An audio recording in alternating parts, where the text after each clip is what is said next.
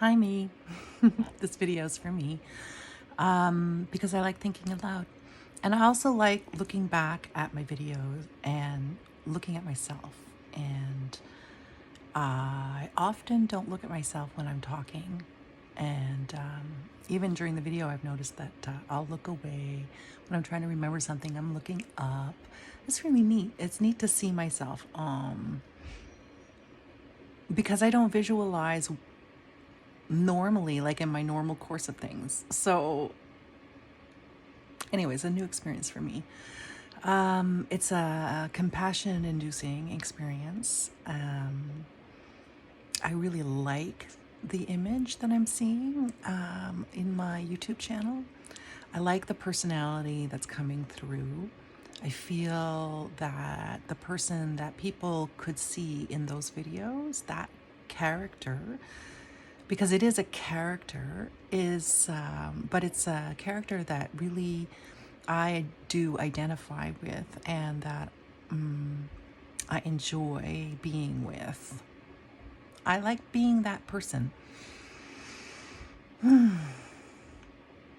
All right, so I wanted to think through my creative process a little bit because I realized that I might need this recording at some point to look back on, to get clarity or to come back to a fresh perspective.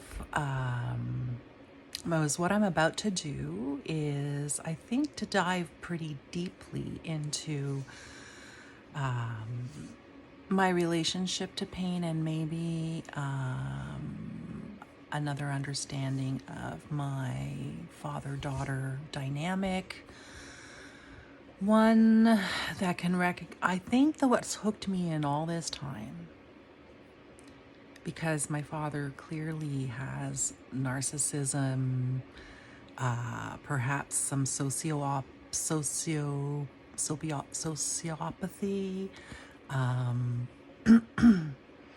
He can be seen through my mother's lens, which is always very compassionate and give another chance. He can be seen through my grandmother's lens, his mother, which is always so rosy. But as a child, what I saw two main aspects to him. I saw his inner child, who I identified with. That little boy who doesn't talk. This is a pain that I can't speak yet. Okay, I don't want to get distracted by the fear, so I'm going to calm this little boy down because he's here. Hello. Of course. I'm okay. There's a lot there. But I also saw, so that's the potential goodness in my father, is that child who was in pain, right? But he never moved beyond it. And he grew to be a man. He never took responsibility, and he never grew up like Peter Pan, right? And so he did a bunch of damage, taking my mother hostage with him in his little trip to Fantasyland, like Peter Pan did to Wendy, right? So it's interesting how that kind of child man story really resonates for me. And so my father, being not an actual child, right, although that little boy is a real force, he's not, his time is in the past, right? And everybody needs to grow up and manage their inner child, like I'm doing, like he should have done, and he didn't, right?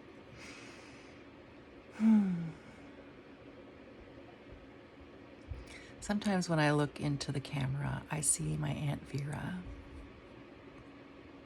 I just see her face in the twinkle of the eye and the grin, you know, like I think my grandmother Lorna was a very, very, very tried to be really good.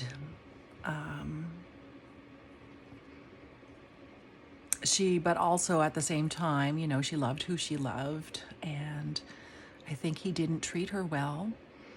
There's enormous pain around that loss for her, we know. And my father grew up the apple of her eye and the replacement for her lost love, you know? I understand all that. But my inner child, Tuner, understands that my dad failed to grow up, you know, and you can't do that. You can't be a child forever. It's irresponsible, and it is just a shirking.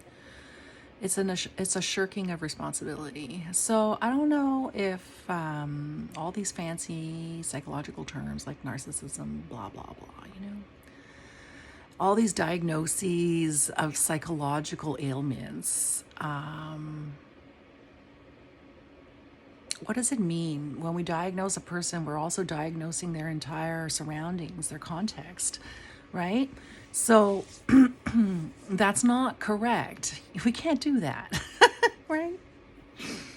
Looking at individuals is never the real story. It's certainly never a complete story, right? That's why I have to look at more. I have to look at the family.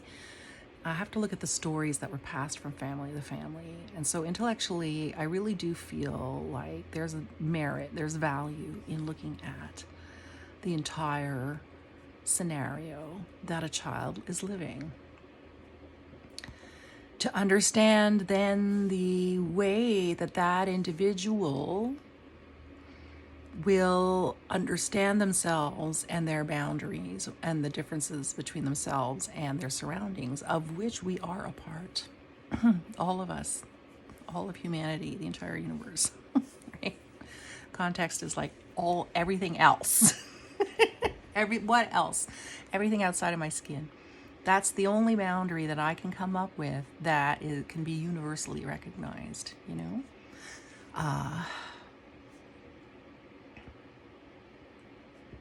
So that individual needs to grow up and know how to work within its context, and needs to be able to, that's it, know how to fit. And I spent my childhood predicting where to be out of sight and out of mind of an possibly ADHD, possibly narcissistic, definitely dangerous, out of sheer folly father. I know how to misfit. I am the syncopation in the jazz. I am a space between other people's noise. That's how I feel. So that's a good lesson. It's there's a lot alike between me and my father, but it's not an excuse. And it's not a good reason. It's not a good reason to be the way he was and allow things to happen that he allowed to happen. In fact, there were no good reasons, and I also know that. I'm completely aware of that. But I guess there's a difference between blame and responsibility. And fault. I guess that is a little bit more nuanced. It's a bit more nuanced. Yeah. Okay. More to think about there, but today I'm going to be doing some art to describe my pain pooing that I recorded earlier, a week ago now, And that's 10 minutes of suffering that I'm going to be listening to the audio track and trying to describe through art. So now I'm going to be creating the video track, and the way I'm going to do it, I think, is I'm going to create some visuals with a pool of water and some inks on a watercolor paper so that the image will sink in.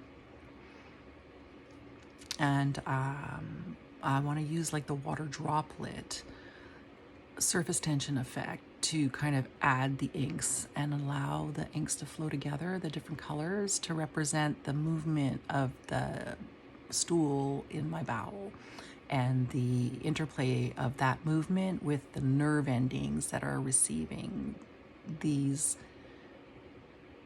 inner material feelings and creating a visual. So I'm going to try to capture the movement. And then the color will represent each nerve ending kind of lighting up, being stimulated as the stool is passing through my bowel. And I'm going to be using hot colors and things and dark colors, to represent that is painful. And once it's dry, I may draw over it. I may paint over it. I may use it as a starting point for more, add some pencil, some charcoal maybe, to create the form of my hunched and bearing down body in space. And I think I will overlay that transparently over a still shot of my toilet, my bathroom. And so that's my plan. And I think that with the audio matched to the video, then the visual will be created while listening to the audio, so they're still connected in time, certainly, somehow, right? And I think that will convey something interesting and also ephemeral about the experience of pain in the body, because it is transient, it is impermanent,